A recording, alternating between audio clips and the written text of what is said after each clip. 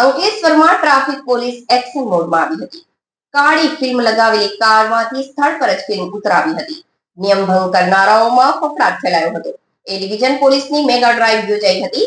Seat belt, helmet, PUC અને triple સવારી બાબતે કડક કાર્યવાહી કરી આગામી દિવસોમાં પણ આકસ્મિક ચેકિંગ ચાલુ રહેશે.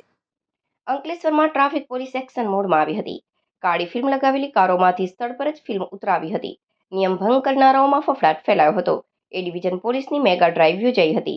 સીટ બેલ્ટ, હેલ્મેટ, પીયુસી અને ટ્રિપલ સવારી બાબતે કડક કાર્યવાહી આગામી દિવસોમાં પણ આકસ્મિક ચેકિંગ ચાલુ રહેશે.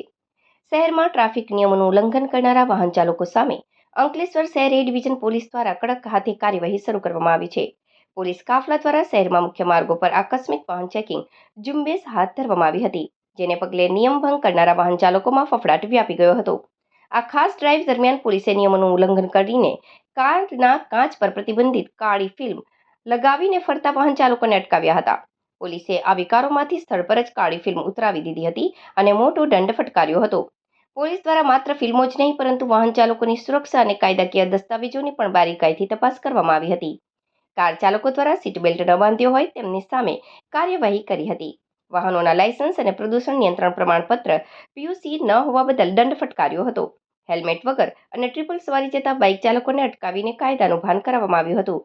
પોલીસ સૂત્રોના જણાવ્યા અનુસાર શહેરમાં કાયદો અને વ્યવસ્થા જળવાઈ રહે તેમજ ટ્રાફિક નિયમોનું ચુસ્તપણે પાલન થાય તે હેતુથી આ ડ્રાઈવ યોજવામાં આવી હતી અને આગામી દિવસોમાં પણ આ પ્રકારનું આકસ્મિક ચેકિંગ ચાલુ રહેશે.